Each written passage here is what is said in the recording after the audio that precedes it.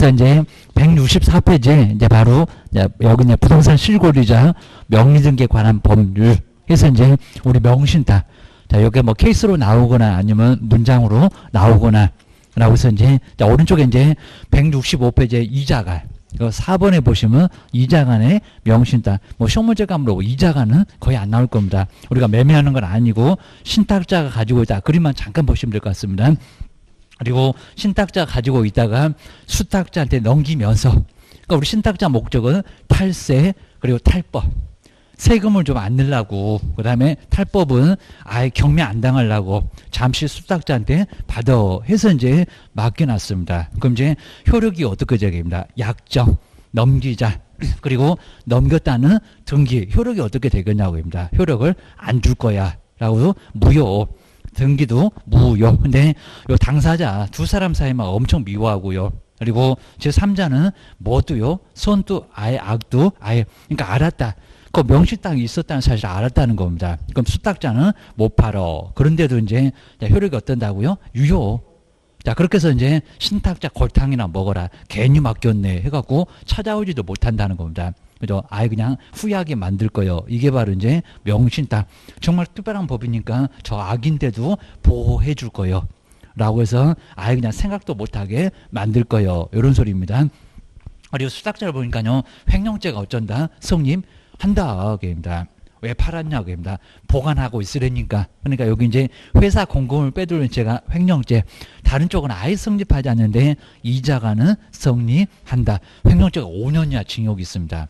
자, 그 정도는 안 물어볼 건데 5년 이하의 징역을 받아서 교도소 입학할 수도 있다는 겁니다. 아주 전과자 만들어 줄 거예요. 라고 해서 저 횡령죄가 있으니까 수탁자도 웬만해서는 팔아치우기는 어려울 겁니다. 교도소 갈래 이럴 거니까 깨우셔야 됩니다.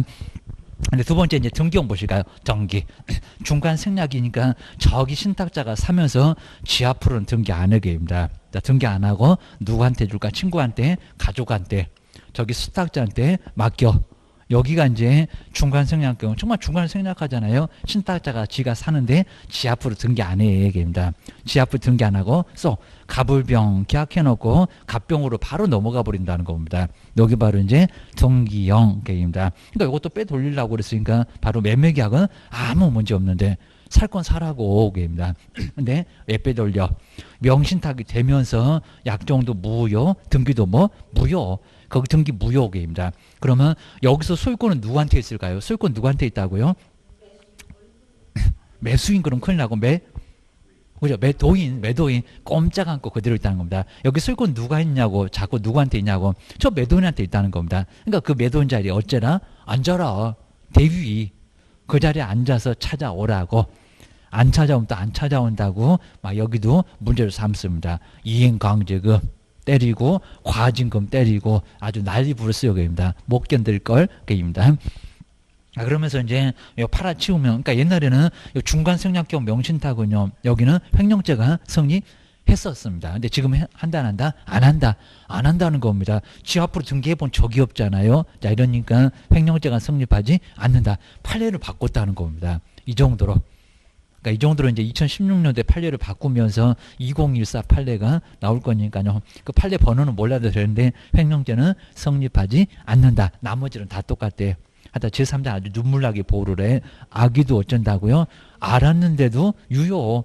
그럼 소유권 누가 취득합니까? 가버리면 바로 제3자가. 그러니까 적극가담만 아니면요. 무조건 제3자가 소유권 어쩐다고요? 취득해서 또 신탁자 후약에 생겼네 게입니다. 누가 그러래 게입니다. 그 다음에 이제 뒤로 한번 넘겨보실까요? 그 다음에 세 번째는 무슨요? 계약형. 여기 이제 위임계약. 둘이 엄청 친하니까 정말 죽고 못 삽니다. 이러니까 위임형. 정말 믿을 수가 있다는 겁니다. 내가 던질 테니까 가서 땅 사라, 밭 사라, 논 사라, 건물 사라. 돈을 주고 사라. 라고 해서 돈을 아예 준다는 겁니다.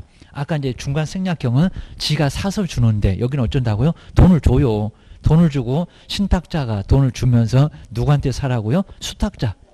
수탁자가 아예 돈을 받고 산다는 겁니다. 받을 숫자라고 해서 수탁자가 사.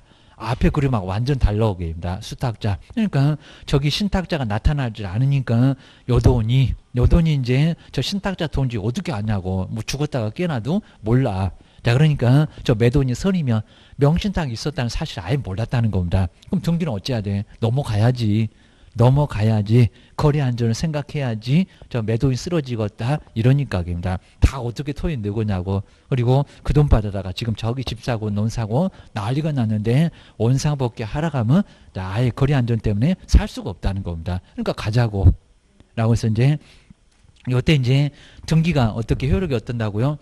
여기 이제 그 매매계약도 유효고 등기도 무효가 아니라 유효. 여기도 좀 잘못 나. 유효. 거기 저 선이었을 때는 유효.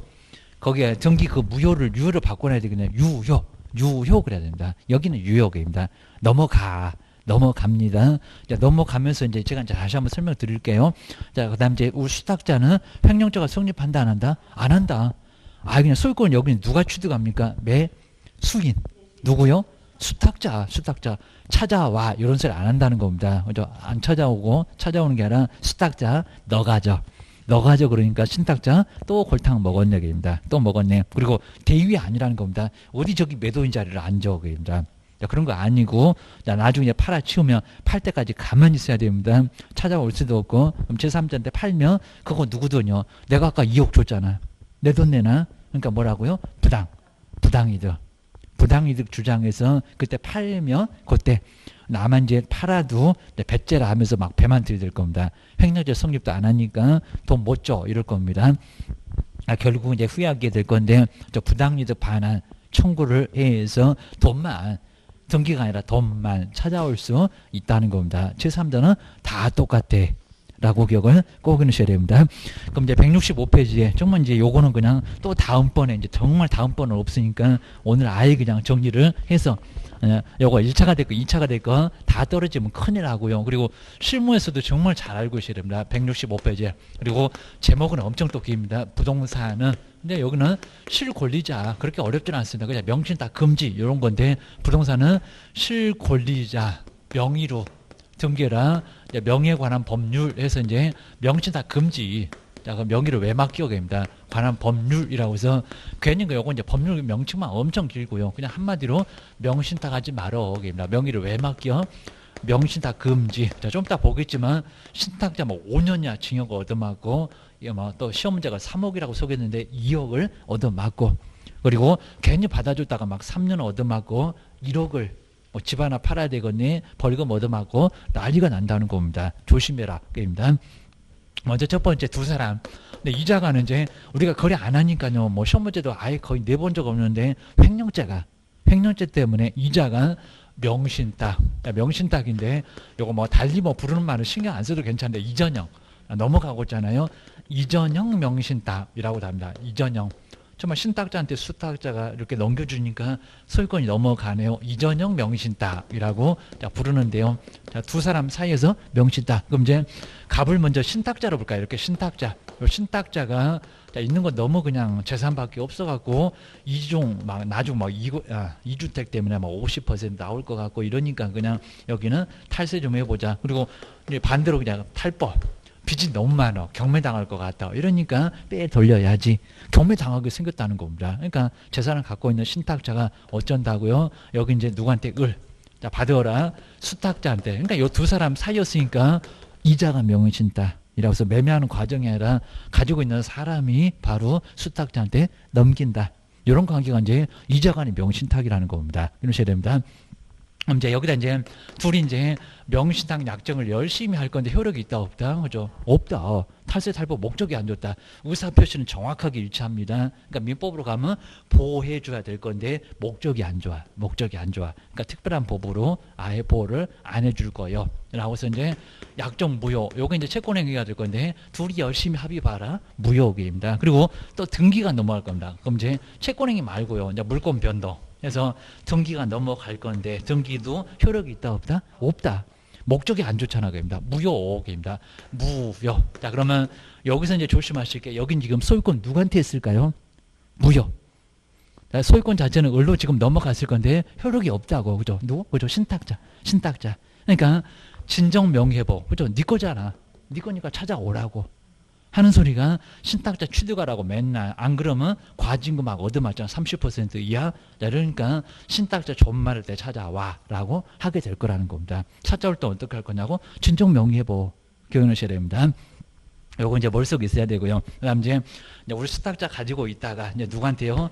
이제 제3자 병에게 아주 제3자 딱 당사자는 엄청 미워하는데 제3자로만 가면은 이제 아주 눈물이 난다는 겁니다. 눈물이 나면서 선의가 될까? 그냥 몰랐다. 그러면 당연히 보여줄 거고요. 명신이 딱 있었다가 사실 몰랐다고 뭘 보면 당연히 보여야지. 근데 여기서 이제 조심하실 때 알았다 그럽니다. 안다. 명신탁을 알았다 그러면 이 사람은 못 판다. 즉가 아니다. 보관만 하고 있다. 그러면 보여줄 이유가 아예 없다는 겁니다. 그런데도 어쩐다고요? 특별한 법이라니까 알아도 뭐 한다고요? 묻지 말라고. 묻지도 말고 따지지도 말고 이순재 아저씨라고 씁니다. 뭐라고요? 유효. 그러면 누가 소유권 취득한다고요? 넘어가. 그럽니다. 그죠? 여기까지는 무효라고 난리를 치더니 제3자한테 넘어가니까 유효라고 해서 악인데도 유효라는 겁니다. 그럼 이제 속지 마시라는 겁니다. 개인 그냥 민법에서 비즈니 표시, 뭐 사기차고 막 이런 것 때문에 악이면 제3자가 명시다 사실 알았을 때는 무효다. 그러면 그냥 당연히 맞아 그러면 큰일 난다는 거예요. 그러니까 또 어째 답이 없대 하면서 난리가 날 겁니다. 그거 그냥 민법이요. 여기는 특별한 법이라니까 입니다. 저기 뒤에 가면 나오는 특별한 법입니다. 정말 특별하네. 어쩐다고요? 유효라고 해서 신탁자 골탕이나 먹어라 합니다. 괜히 맡겨놨다가 찾아오지도 못하네 라고 할 수 있다는 겁니다. 그리고 이제 제3자는 어떤 경우도 소유권 취득한다. 이건 맞았다 틀렸다? 아니다. 그죠? 맨날 술이나 먹여갖고 정말 취중에 도장 찍어갖고 그냥 가져왔는데 그걸 보호를 해주겠냐고 합니다. 뭐요? 이중매매도 똑같네. 뭐라고요? 적극가담. 이렇게까지 보여줄 이유는 아예 없다는 겁니다. 이건 103조 위반이요. 이제 뭐라고요? 무효. 이건 무효라는 겁니다. 그러니까 어떤 경우도 이러지 말라는 겁니다. 뭐는 어떤 경우입니다. 어떤 경우 아니라 하나 예외는 있어. 입니다. 적극 가담만큼은 보여줄 가치 자체가 없다는 겁니다. 이렇게까지 감쌀 필요는 없잖아. 라고 기억을 꼭 해놓으시라는 겁니다. 그럼 이제 아까 보셨던 뭐 약정, 무효, 등기도 무효 알 거고요. 근데 여기서 이제 조심하실 게 신탁자가 찾아와라. 신탁자 취득인데 어떻게 찾아온다고요?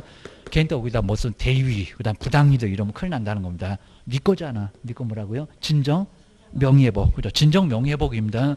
진정한 명의를 회복해 오라고 네 거였으니까 네 거 전말할 때 찾아와. 라고 해서 이제 명의회복을 통해서 여기는 찾아와야 된다는 겁니다. 그리고 이제 조심할 게 있습니다.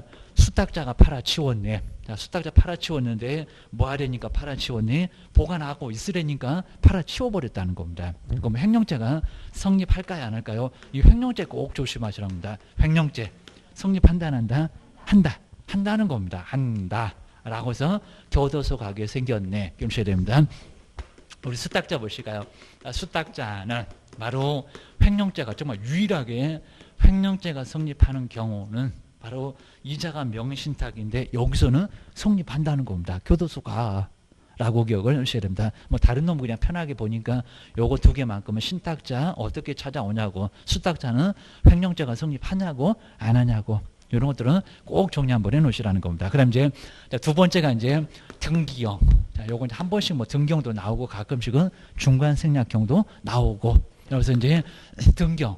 근데 우리 법령에서는 꼭 케이스 문제가 나오면서 정말 아주 좋은 문제가 지금 계속 나오고 있습니다. 자, 등기형, 명신탁. 그래서 이제 여기 이제 중간 생략형. 정말 중간은 생략합니다. 중간 생략형인데 하여튼 요 둘 중에서 바로 이제 생략형, 명신탁인데 둘 중에서 이제 하나가 나오게 될 거니까요. 중간을 정말 생략해요. 그 다음에 등기를 해요. 라고 등기형 명신탁, 중간 생략형 명신탁. 나머지 첫 번째로 갑을 매도일. 갑이 이제 판다, 매도일. 그러니까 매매계약은 아무 문제가 없다는 겁니다. 사라고 계십니다. 유효. 사라고는 문제 없는 대기입니다. 그래서 근데 을이 요 사람 이제 신탁자입니다. 아주 있는 건 재산밖에, 있는 건 빚밖에 못된 짓 하는 신탁자입니다. 근데 여기서 이제 우리 신탁자가 매수한다는 겁니다. 매수인이 바로 신탁자 기억하셔야 됩니다.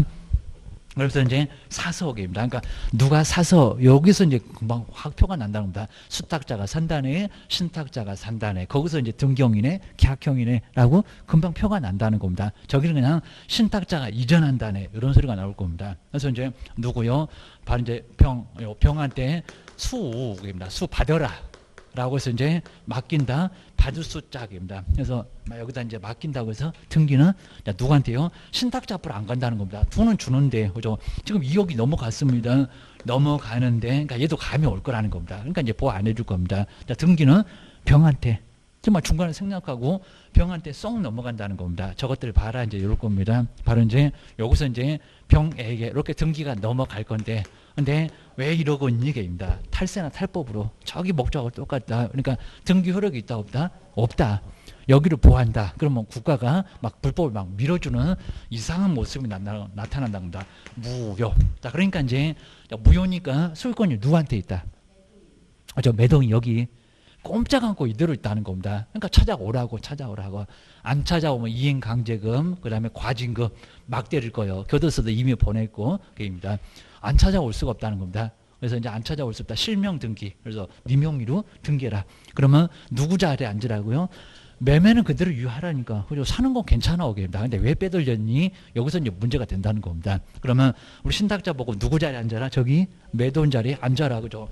우리 매도인이 찾아올 이유가 없잖아요, 여기입니다. 그러니까 네가 요 자리에 앉아라고 얘 왔다 갔다 정신없이 바쁘다고 했습니다. 자, 신탁자 보고 대위해라. 요 소리가 이제 지 자리, 저기 매도인 자리에 앉으라고. 소유권 여기 있으니까 매도인 자리에 앉아라.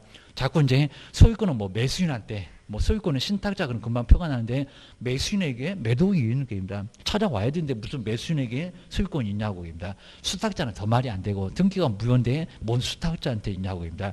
그건 계약형이요. 조심하셔야 됩니다.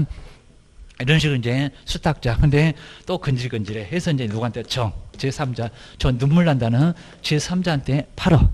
제3자인데 팔 때. 자, 그럼 이제 우리 수탁자가 이제 팔아치웠을 때 그러면 횡령죄부터 한번 볼까요? 근데 요거 이제 판례까지 바꿔서 횡령죄가 성립했었다, 옛날에는. 그러니까 여기는 사서 맡겨놨으니까 옛날에 그랬습니다. 근데 아니요. 지금 바꿔서 등기도 안 한 것이 등기도 안 해놓고 바로 수탁자한테 등기가 갔다는 겁니다. 횡령죄가 성립한다, 안 한다? 안 한다. 라고 얘 교도소 못 보낸다. 막 팔아치우고 온 얘기입니다. 골당 아주 심하게 먹었네. 이런 소리입니다. 근데 똑같습니다. 선악을, 악의도 조심하라는 겁니다. 악의도. 명신탁이 있었다는 사실을 뻔히 알았다고 합니다.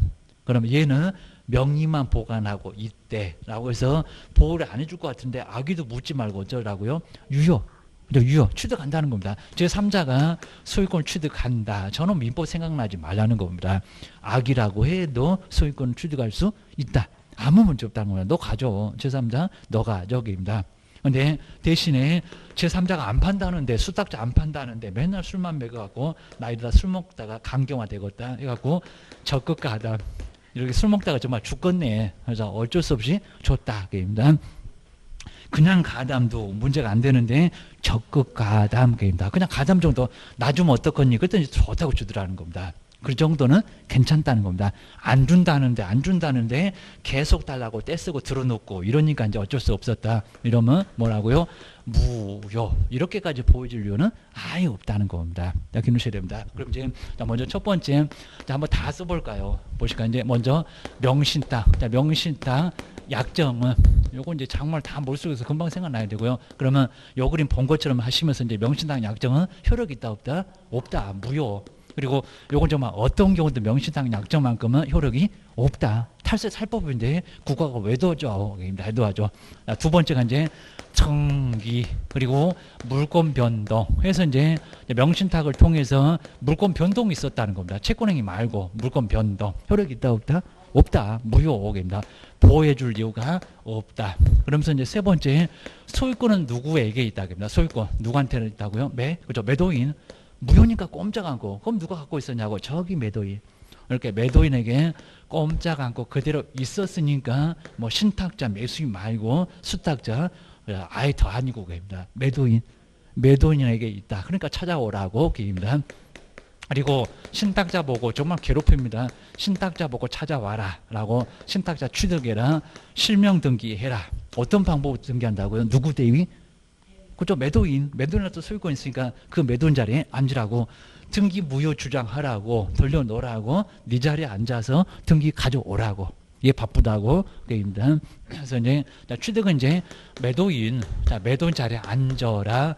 매도인 대위 방법 무릎 여기다 무슨 부당이네. 여기다 자꾸 진정명의회복 얘기한다는 겁니다. 뭔 진정명의회복입니다.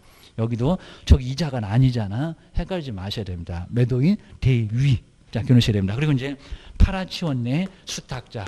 얘는 교도소 갈까요? 안 갈까요? 수탁자는 횡령죄가 성립한다 안 한다? 안 한다. 판례를 바꿔버렸다는 겁니다. 횡령죄가 성립하지 않는다. 라고 교훈하시고요. 그 다음에 6번째 제3자. 자, 제3자는 선의 그리고 악의를 묻지도 않고 따지지 않고 다 뭐라고요? 그냥 유효라고 해서 아예 소유권을 누가요? 제3자가 취득한다. 그러셔야 됩니다. 그 다음에 우리 신탁자 과징금 있다 없다 실명 등기 안 하면 과징금 있고요.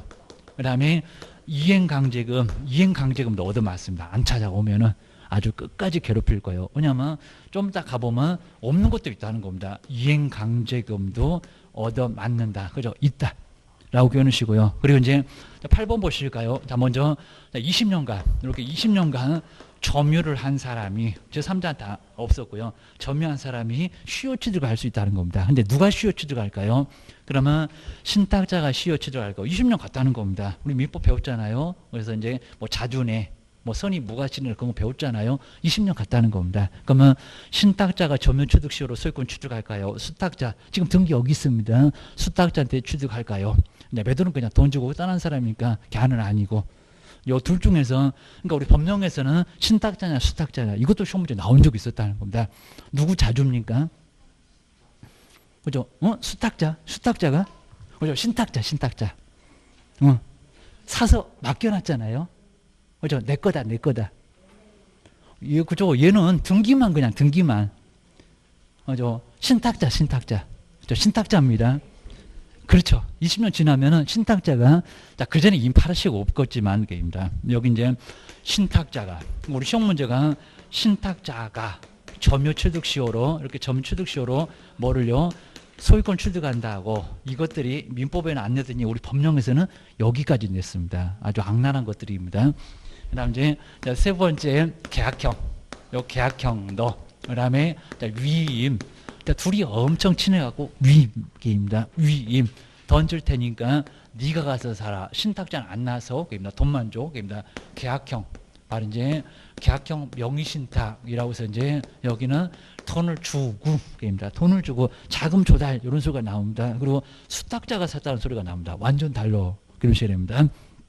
이제 가봐고 그다음 이제 여기서 이제 우리 매도인인데 매도인인데 의리 요 사람은 신탁자인데 뭐를 조달한다고요? 돈. 그러니까 돈 준다는 소리가 납니다. 자금 조달. 둘이 엄청 친해갖고 아주 믿을 수가 있습니다. 자금 조달해 주고 한 5억을 주고 저기 서울에 가서 집 사라, 아파트 하나 사라 합니다. 뭐 서울 가서 이제 여돈이 뭐 사기도 좀 이제 강북으로 가면은 강북으로 가야 사지 저기 강남 가려면 50억 들고 가야 됩니다. 자, 그러니까 이제 정말 그냥 우리 애들은 그냥 집도 못 사갖고 지금 애들이 가만 안 있습니다. 막 기성세대들 때문에 우리는 언제 집 사라고 하냐고 이렇게 집값이 막 올랐냐고 난립니다. 애들이 짱돌 날릴지 모르니까요. 애들 보면 좀 피해 다니셔야 됩니다. 정말 큰일 났어요. 왜냐면 정말 우리는 몰라도 그냥 집값이 너무 많이 오르다 보니까 이놈 대책만 나오면 막 더 뜁니다. 반바시만 생겨갖고 그냥 애들도 아니고 이 정도로 그냥 뭐 중이병 걸렸는지 알다 우리 뭐 정책만 나오면 막 뜁니다. 아주 그냥 이놈은 좀 난린 것 같습니다. 차라리 내지 말아야 되는데 앞으로 몇 번 더 한 30번 40번 채울 것 같습니다. 그다음 이제 이렇게 보시고요. 그러니까 자금 조달해주고 나서 그다음에 둘이 또 열심히 또 명신탁 약정을 할 거라는 겁니다. 빼 돌리려고. 그래서 이제 약정 돈 줄 테니까 네가 사라 라고 해서 이제 여기는 누구요? 병이 수탁자라는 겁니다. 돈을 받고 여기서 이제 누가요? 돈을 받고 얘는 안 나타나. 그러니까 여기서 대위 그러면 당신 누구셔 그런다고 했습니다. 수탁자가 여기서 사는데 그러면 여기는 이제 조건인데 우리 매도인 근데 이거 알았다 어떻게든 할 때 알았다 그러면 보호 안 해주는데 매도인이 명신탁 사실을 있었다는 사실을 알았다 몰랐다 이렇게 5억을 주고 수탁자가 샀다는 사실을 전혀 몰랐다는 겁니다. 선의 그러니까 매도인 선의라는 조건 충족돼야 됩니다. 악이면 완전히 달라집니다. 보여줄 필요가 없습니다. 자, 그럼 이제 등기가 넘어갈 건데 수탁자한테 등기가 넘어갈 건데 등기는 효력이 있다 없다? 있다. 여기가 유라는 겁니다. 유효입니다. 그러니까 수유, 젖줄 일 없다고 애들 다 키워놨으니까 뭐 수유 없다고 했습니다. 그래서 여기는 유효. 매도인 선이었을 때 유효다. 잘 봐라. 단서 있다. 그입니다. 자, 그리고 이제 또 여기도 근질근질. 그러니까 이제 가만 안 놔두고도 제3자한테 팔아치워. 그러면 또 똑같대. 하다 제3자는 선악을 불문하고 하다 묻지도 않고 뭐라고요? 유효, 악이라고 해도 유효. 그리고 맨날 술 먹여서 그러지만 않으면 됩니다. 적극 가담 아니면 정말 심하다는 적극입니다. 그냥 가담 아니요. 놔주면 어때? 했더니 또 줬다는 겁니다. 그럼 가져. 그럽니다. 근데 적극 가담은 안 준다는 데도 가져와서 어거지로 여기는 뭐라고요? 무효. 103조 위반이나 다름없으니까 선량한 풍속을 해쳤으니까 안 줄 거예요. 이런 소리 합니다. 그리고 이제 여기 이제 수탁자. 자, 여기서 이제 여기서 소유권은 누구한테 있다고요? 소유권? 매도인 아니네. 넘어가야 되네. 5억 받아서 다 그대로 끝내야지 거리 안전. 게임다. 불안해. 못 살아. 그리고 신탁자 더 말이 안 되고요. 게임다. 여기다 줘버리면 국가가 불법을 막 밀어주네. 그게입니다. 나 누구라고요? 소유권? 수탁자. 소유권이 여기 수탁자에게 그대로 있다는 겁니다. 수탁자 너 가져. 라고서 소유권. 그러면 자기 거를 팔아치웠다. 횡령죄가 성립한다 안 한다? 안 한다. 얘는 지금 하늘 두 쪽 나도 저건 바뀌었는데 안 바뀔 건데 횡령죄는 성립하지 않는다. 않는다는 겁니다. 그러면 1번, 2번 뭐 등기 같은 것도 이제 다 아실 건데 그럼 이제 한 3번 와가지고 여기 소유권 누구한테 있다고요? 소유권? 수탁자입니다. 소유권. 소유권 이제 여기는 이제 수탁자한테 있으니까 이제 여기를 잘 보셔야 됩니다. 네 번째 여기다가 이제 신탁자 보고 요 신탁자 보고 취득해라 실명 등기해라 할 수 있다 없다? 없다. 안 된다는 겁니다. 수탁자 거라고 했는데 어떻게 찾아오냐고 이렇게 취득하는 소리 아니에요. 자 그러면 이행강제금 막 때린다? 아니다 못 산다고 합니다. 이행강제금 그런 거 없고 그 다음에 과징금 실명 등기 안 했다고 과징금 못 찾아오는데 어떡하라고요? 과징금도 없고 여기는 없다는 겁니다. 여기는 있는데 이제 그 소리가 이제 젖줄 일 없다는 게 수유 없다는 소리가 다 없어. 다 없어. 요 소리가 그 소리요. 그입니다. 다섯 번째 이제 수탁자. 저기 팔아치운 수탁자는 저기 이자간이 그러니까 횡령죄 성립한다 안 한다? 직권대. 자, 횡령죄는 성립한다 안 한다? 안 한다. 그리고 우리 수탁자가 점유취득시효 여기 이제 주장할 수 있을까요? 여기도 점유취득시효는 아니요, 그죠? 점유취득시효는 여기도 아닙니다. 점유취득시효 여기 이제 요거 자주 아닙니다. 그냥 돈을 받아서 산 거지. 자주는 여기 내 거입니다. 신탁자 여기도 이제 점유취득시효는 신탁자만 가능하지 어느 형태가 됐건 여기는 가능하지 수탁자는 아니요. 얘는 완전 타주예요. 여기입니다. 돈을 받아서 산 거지 여기가 내 거다 이럴 수가 없다는 겁니다. 제 생각은 그래도 법에서는 얘 거요 라고 기억을 해주셔야 됩니다. 그래서 이제 오히려 요놈보다는 요놈이 조금 더 많이 나왔는데 하여튼 무조건 나와요. 그래서 이제 정리를 한번 잘 해놓으시고 이제 꼭 케이스 문제 꼭 박스에다가 경련 디귿 니을 해가지고 찾아보세요. 그래서 기출문제도 풀어보면 아주 잘 나와 있으니까 점검을 꼭 해놓으셔야 됩니다. 그러면서 이제 그림을 보면 이제 많이 또 이해가 되고, 그 다음 이제 옆에 이제 벌칙으로 한번 와보실까요? 벌칙도 가끔씩은 요즘은 이제 문장이 잘 안 나왔는데 신탁자 얼마, 수탁자 얼마, 이런 거 자꾸 물어봅니다. 자, 먼저 5년에 요거 이제 신탁자 겁니다. 5년 이하 징역. 그다음 2억. 뭐 2억을 3억이라고 바꿔본 적이 있습니다. 또 1억 그러면 아니고 2억입니다. 이렇게 5, 2 하여튼 여기는 이제 5년에 2억입니다. 나중에 우리 신탁자는 뭐 오이 먹고 교도소 갑니다. 5, 2. 그 다음 이제 이번에 수탁자 정말 괜히 명의 받아줬다가 이제 3.1절 날 만세 부르게 생겼습니다. 3년 이하의 징역에다가 그리고 1억 원 이하의 벌금. 정말 친구가 받아. 아이 그냥 돈 주면서 사. 그러면 사지 말라는 겁니다. 저거 집 하나 팔아야 정말 벌금 내게 생겼습니다. 1억. 그 다음 이제 과징금. 아까 계약형 말고 등기형입니다. 그리고 저기 이제 이자가도 마찬가지입니다. 30% 이하에. 그리고 과징금을 이제 5, 막 10, 15 이런 식으로 해가지고 평가 금액, 그 다음에 기간 이걸로 따져가지고 30% 이내입니다. 예, 과징금을 얻어맞을 수가 있습니다. 실명 등기 안 하면 게임입니다. 그 다음에 저 과징금 얻어맞고 나서 아주 즐기다 그럴 겁니다. 1년 이내에 첫 번째니까 10%게임입니다. 그리고 또 이행강제금 얻어맞고 같은 2루 그럼 20%. 두 번째는 20%. 계속 때리지는 않습니다. 얘 이제 더 때리면 죽습니다. 저 2억도 얻어맞았지. 30% 이하도 얻어맞았지. 15도 맞았지. 25도 맞았으면 이제 여기서 멈춥니다. 다 털어냈어. 입니다. 그래서 이제 더 이상은 아니고 보통 이행강제금은 이행할 때까지 이럴 건데 20% 계속 때리지 않습니다. 한 번이면 그걸로 끝.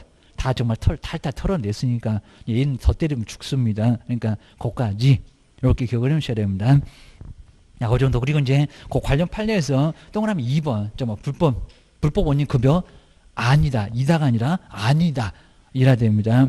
어느 정도 유효는 다 인정해 주잖아. 만약 불법 원인 급여다 그러면 저 제3자까지도 아예 무효 이랬을 겁니다. 근데 유효. 그러니까 불법 원인 급여 아니라고 본다는 겁니다. 아니라고 해야지 불법 원인 급여에 해당한다.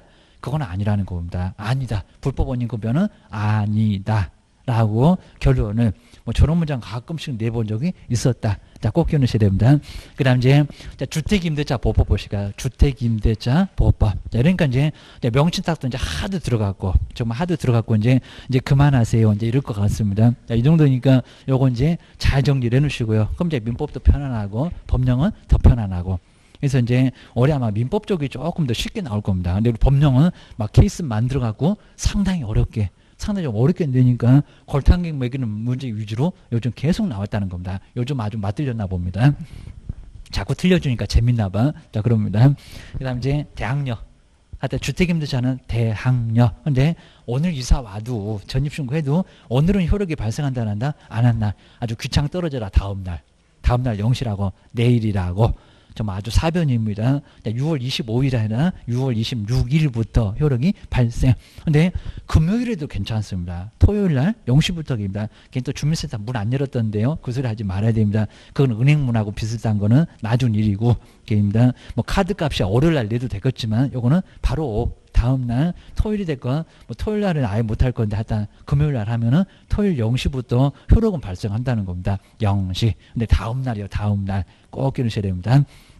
그래서 이제 3번에 나와 있네요. 자, 효력은 그 대항력권 2개 갖추면 또 확정일자 그러면 안 됩니다. 2개입니다. 전입. 그다음에 거주.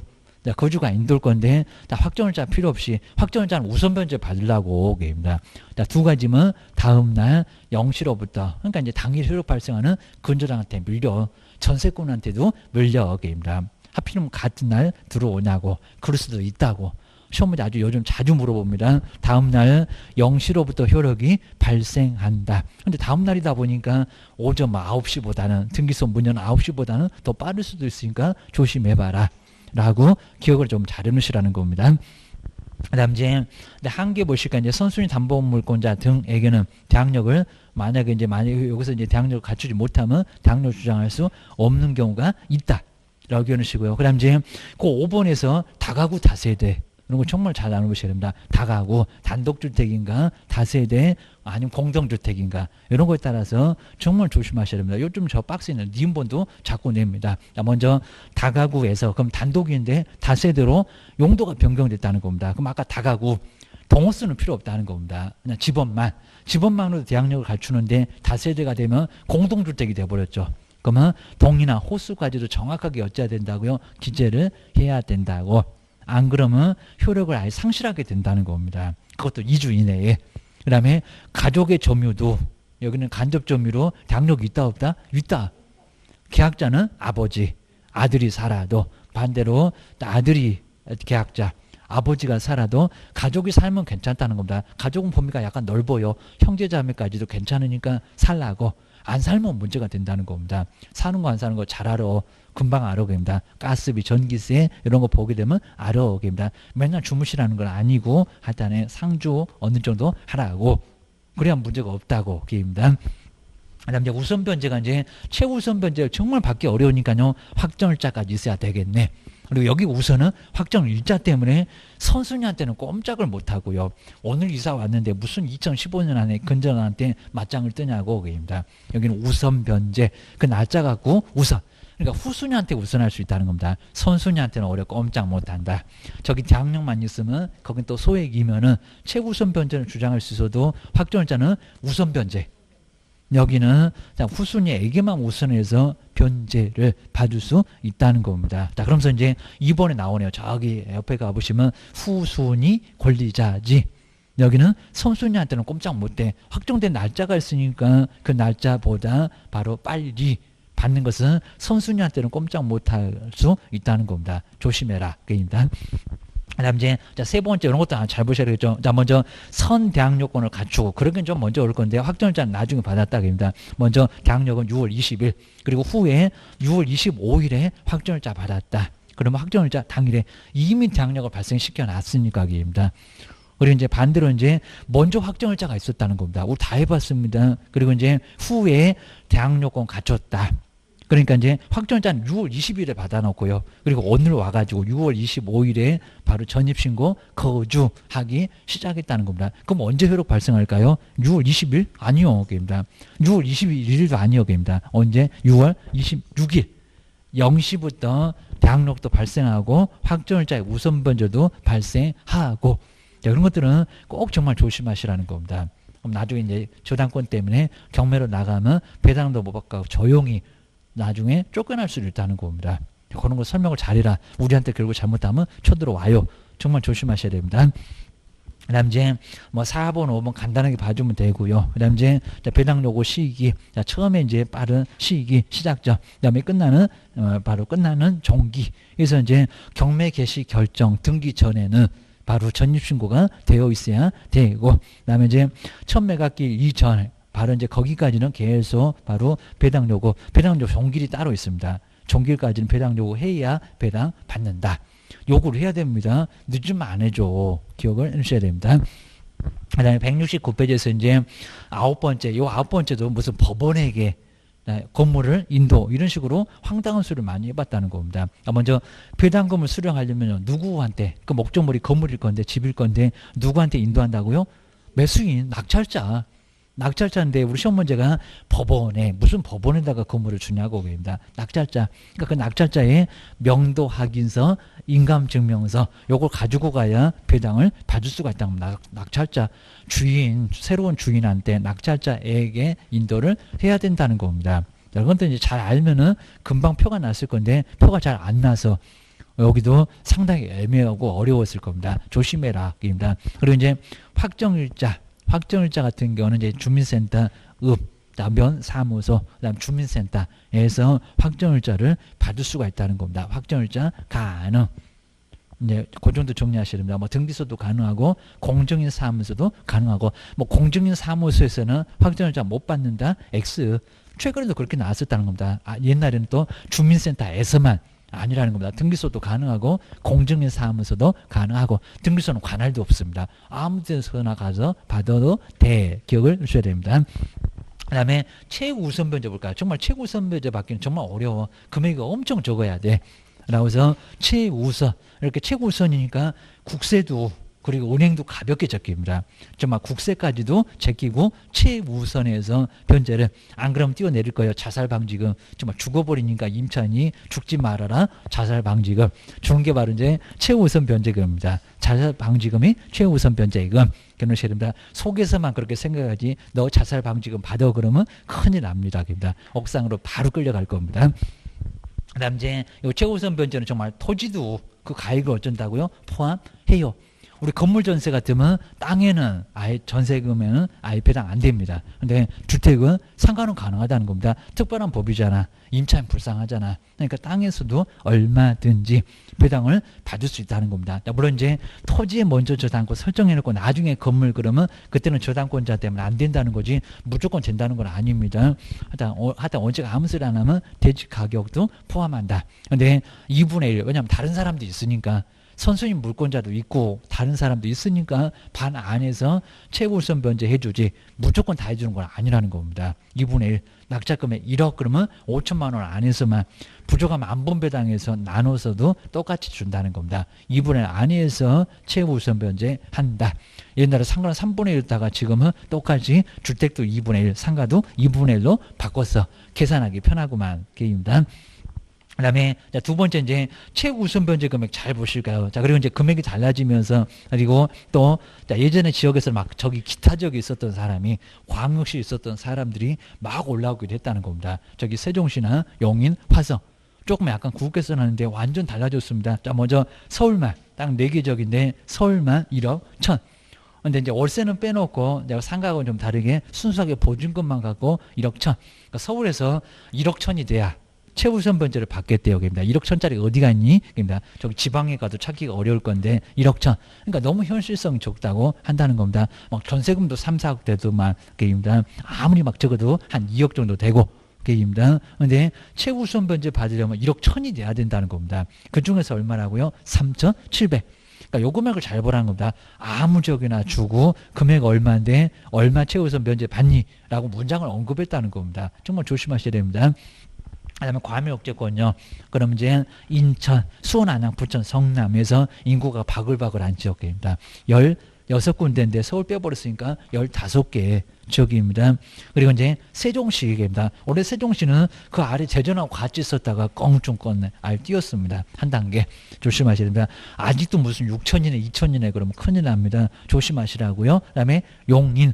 용인도 이제 그 아래 세종시하고 저기 대전 옆에 아래 있었다가 요놈도 한 단계를 건너뛰었습니다. 아직도 용인을 6천에 2천이라고 하시면 큰일 납니다. 그리고 화성은 아주 난리 나버렸습니다. 그래서 화성은 기타 지역에 있었다가 2단계를 건너뛰었습니다. 요놈 정말 엄청나게 건너뛰었어요. 여기입니다. 저는 살인사건 나더니 그냥 무서워졌습니다. 무섭게 건너뛰었습니다. 2단계 얘기입니다. 화성. 근데 화성이 이제 심하게 정말 많이 개발되면서 인구가 최근에 이제 100만 된다고 난리 불수치는 화성. 좀 뜨거운 지역이니까 뜨겁게 정말 올랐다는 겁니다. 세계 얘기입니다. 좀 아주 용하다고 했습니다. 용화세, 용인, 화성, 세종시 요 세 군데는 정말 용합니다. 용화세 1억이면서 3,400으로 건너뛰었다. 과밀 15개다가 딱 18입니다. 용 나올 만한 얘기입니다. 기억하셔야 됩니다. 그다음 이제 광역시. 그 아래 볼까요? 안산 그대로 있고 김포, 광주는 그대로 있는데 용인이 빠졌다. 용인이 위로 갔다. 그리고 파주가 기타 있었다가 저기 운정 신도시 요거 때문에 파주가 많이 올라왔습니다. 기타 지역이 있다가 입니다. 저기 휴전선 바로 근처에 있는 파주 그입니다. 파주시도 많이 올라왔고 6천에 2천.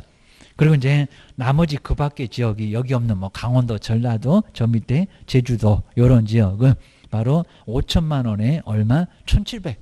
1,700만 원. 금액을 좀 잘 보셔야 된다는 겁니다. 요 금액 갖고 시험 문제 자꾸 내요. 조심을 꼭 하셔야 됩니다. 그리고 정말 다수의 임차인이 있으면 아까 저 위에 있었는데 2분의 1 넘어가면 얼마 안에서 2분의 1 안에서 최우선 변제를 받을 수 있다는 겁니다. 다 안 돼. 기억하셔야 됩니다. 그다음 이제 뒤에 이제 170페이지에서 안 분배당한다 뭐 저런 문장은 이제 요즘은 이제 아예 안 내다시피 하니까 너무 심하게 보지 마시고 근데 가족 공동생활을 같이 하고 있었다는 겁니다. 무슨 건물에서 101호는 아빠가 102호는 엄마가 뭐 그런 집은 없겠지만요 103호는 또 아들이 그다음에 104호는 자녀가 이렇게 살고 있으면 그거 합산한다고 합니다. 합산. 다 합친다 겁니다. 주머니 돈은 쌈짓돈이요. 겁니다. 각각 이루어지는 않는다는 겁니다. 그거 다 합쳐갖고 최우선 변제 들어가느냐 안 들어가느냐 아까 1억 천에 1억에 6천에 5천에 들어갈 거야 안 들어갈 거야 다 합쳐. 겁니다. 우리 신문할 때 조심하라는 겁니다. 그런 집은 없겠지만 막 집을 그냥 호수별로 나눠갖고 엄마 아빠 하나씩 막 집 차지하고 있으면은 그거 다 합친다는 겁니다. 하여튼 이상한 놈의 집이요. 기억을 하셔야 됩니다. 그다음 이제 네 번째는 임차권 등기 명령은 얻어가도 못하는 바로 임차인을 보호해 줍시다. 옆집에다가 이사 갈 줄 알고 계약서를 써놨다는 겁니다. 정말 그러니까 얻어가도 못한다. 기간 끝나야 되고요. 반환을 안 해줬을 때입니다. 기간이 안 끝났다. 자 그러면 안 돼. 그입니다. 그래서 이제 기업번에 받을 거예요. 임차권 등기.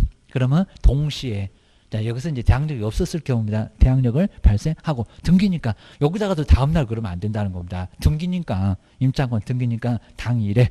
근데 이미 대항력이나 무선변제권을 취득하고 있으면 계속 유지지 새로 그러면 늦어버린다는 겁니다.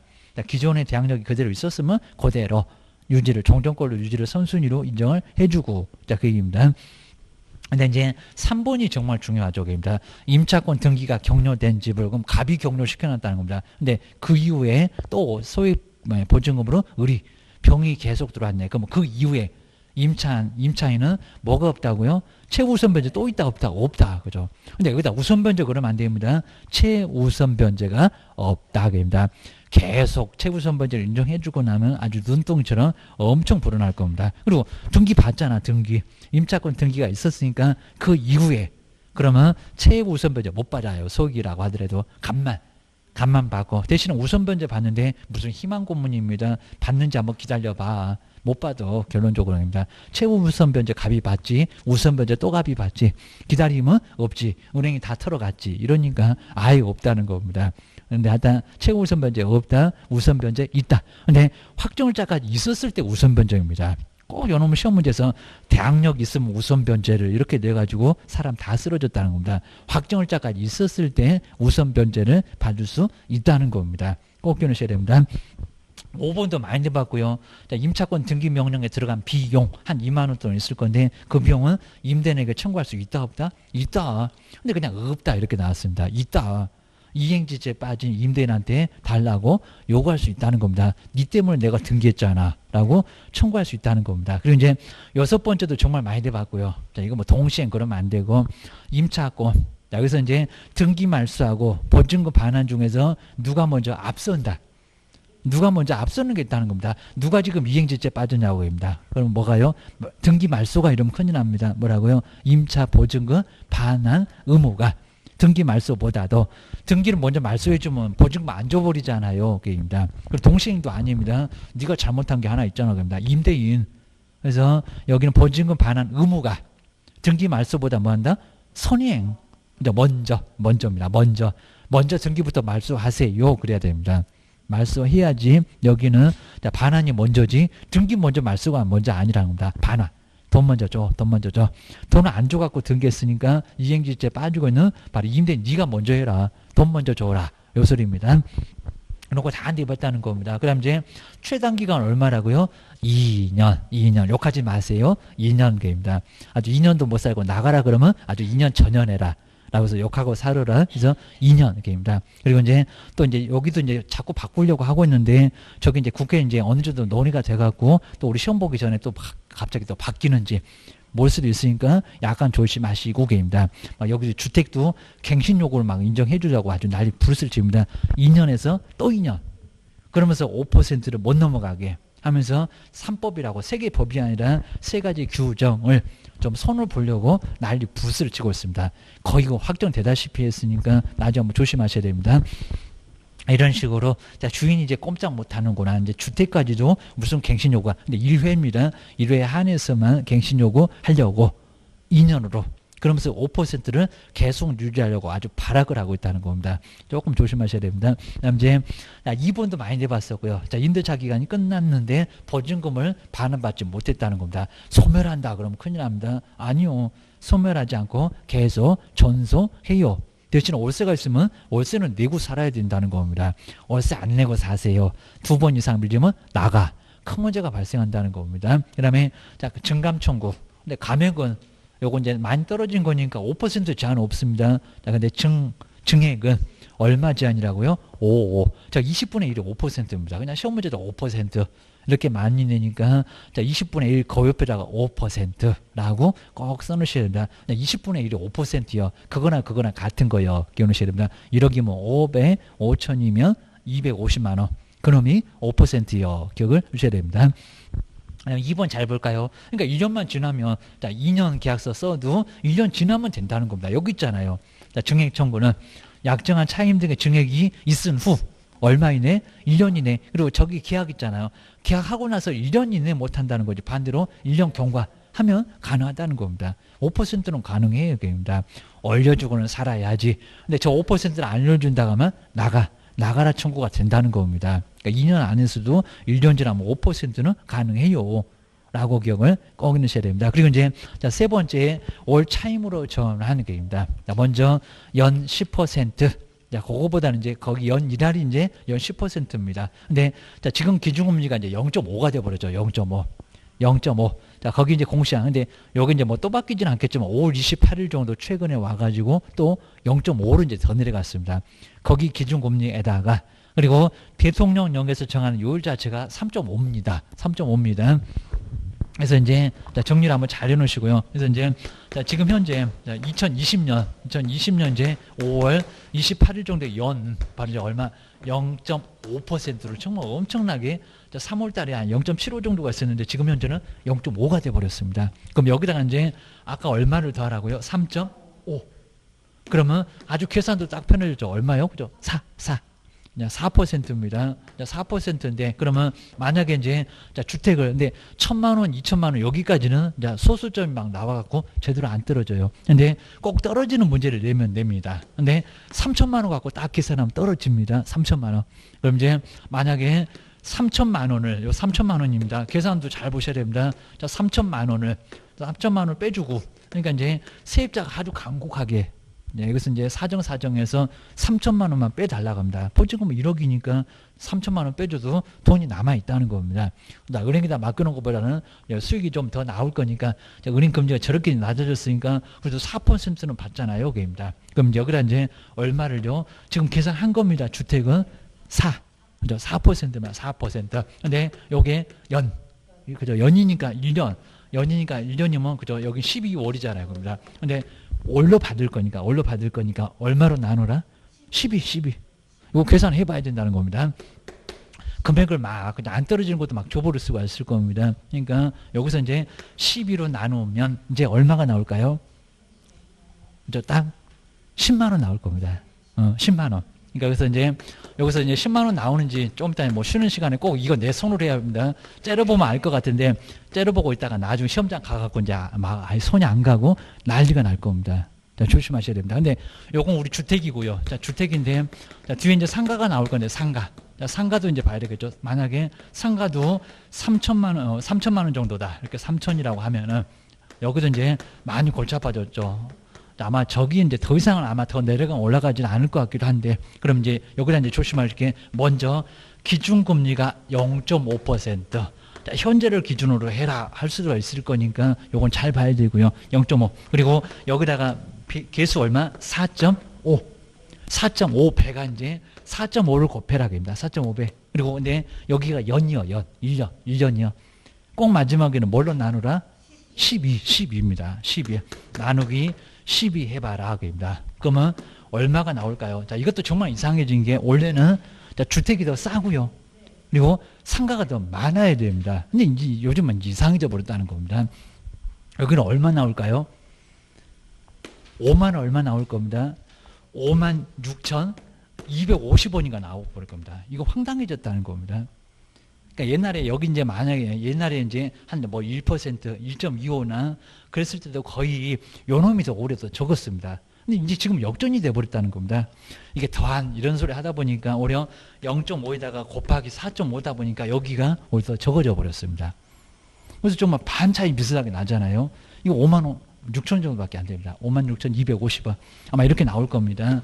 요걸로만 바꿀 수가 있습니다. 3천만 원 빼주면. 주택은 3천만 원 빼주면 10만 원 겁니다. 3, 4, 10이 나오잖아요. 그러니까 또 11로 나누니까 10만 원 나올 겁니다. 그래서 한번 잘 보셔야 됩니다. 그리고 이제 뭐 한 4천 정도 되면 한 13만 원 얼마, 뭐 6,666원 해서 쭉 이렇게 나오는 것 같은데 금액의 감을 좀 잘 지켜보셔야 됩니다. 계산 요건 두들겨 봐야 됩니다. 안 그러면 그러니까 이건 그냥 지금 현재로 0.5면은 그냥 4%로 계산한 게 맞고, 그리고 요놈 혹시 뭐 달라지진 않겠지만 이제 0.5로 달라졌다. 요놈 정말 예전에 막 2.5 이런 적이 있었다가 2% 계속 막 1.5, 1.75 막 하면서 계속 달라졌다가 이제 와서는 0.5까지 달라져 버렸습니다. 0.5 곱하고 개수 4.5배 4.5로 곱하고 이게 1년이요. 그러니까 12로 나눠야 매월 월세로 받을 거니까 12로 나눠라. 그러면 요 금액 나와. 그러니까 옛날에 이제 이런 금액 갖고 3천만 원 반환했을 때, 3천만 원 지급했을 때 보증금을 차임으로 받고 있을 때 얼마니라고 해갖고 1번부터 5번까지 금액이 쫙 막 이상한 금액, 엄청 이상한 금액도 막 나왔을 때 정답 하나 있을 거예요. 계산해봐라. 그런 문제가 나왔는데 지금 아주 심하게 바뀌어져 가지고 이제 우리 출전들이 신나게 생겼구만. 그러셔야 됩니다.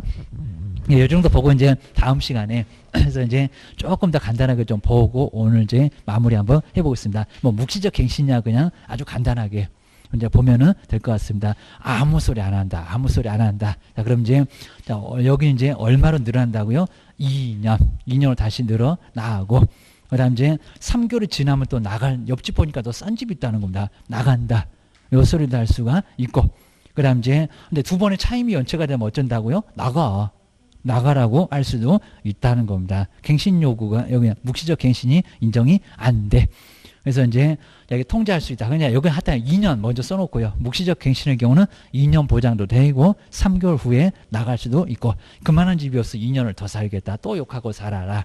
그 다음에 옆집에 싼 집 있으면 3개월 만에 나갈 수도 있다. 하여튼 2년하고 3개월 같이 써놓으시면 좋을 것 같습니다. 근데 이기 차임이 연체가 되면 그런 거 인정 안 돼. 당장 보따리 싸 그러면 예 하고 나와야 돼. 그러셔야 됩니다. 그냥 뒤에 이제 뭐 172페이지는 그냥 간단하게 조금만 봐도 되고 그 다음에 뭐 승계도 조금 한번 봐주면 될 것 같습니다. 우리 다음 시간에 이제 상가 건물 임대차 보호법 하고 이제 경매 뭐 장사 등에 관한 뭐 구두 조금 더 남아 있습니다. 다음 시간에 한번 더 마무리해서 네, 끝내 보겠습니다. 쉬었다가 계속해 보겠습니다.